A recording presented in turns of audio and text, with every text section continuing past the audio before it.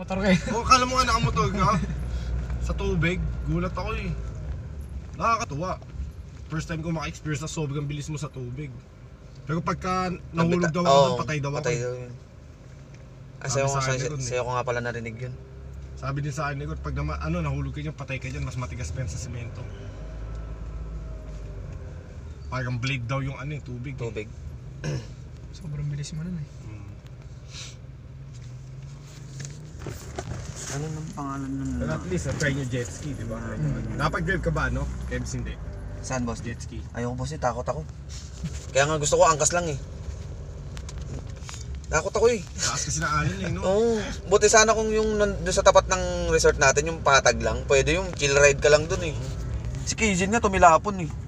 Ako pa kaya. Pag ganun eh. Pag? Yung stable.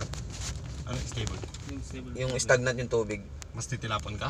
Mas Oh, pagka nagkamali ng nagkamali ka ng pitik. mas na ano. Kaya mas yung maganda. mabagal nga lang tayo, 30-40 lang. Kaya mas maganda pag may alam.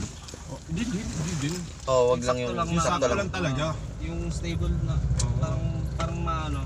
Isla may galis nga. Ayun. Parang yung may kukontrahin lang no. Tang ino, sarap mo. Gusto kong drive to eh.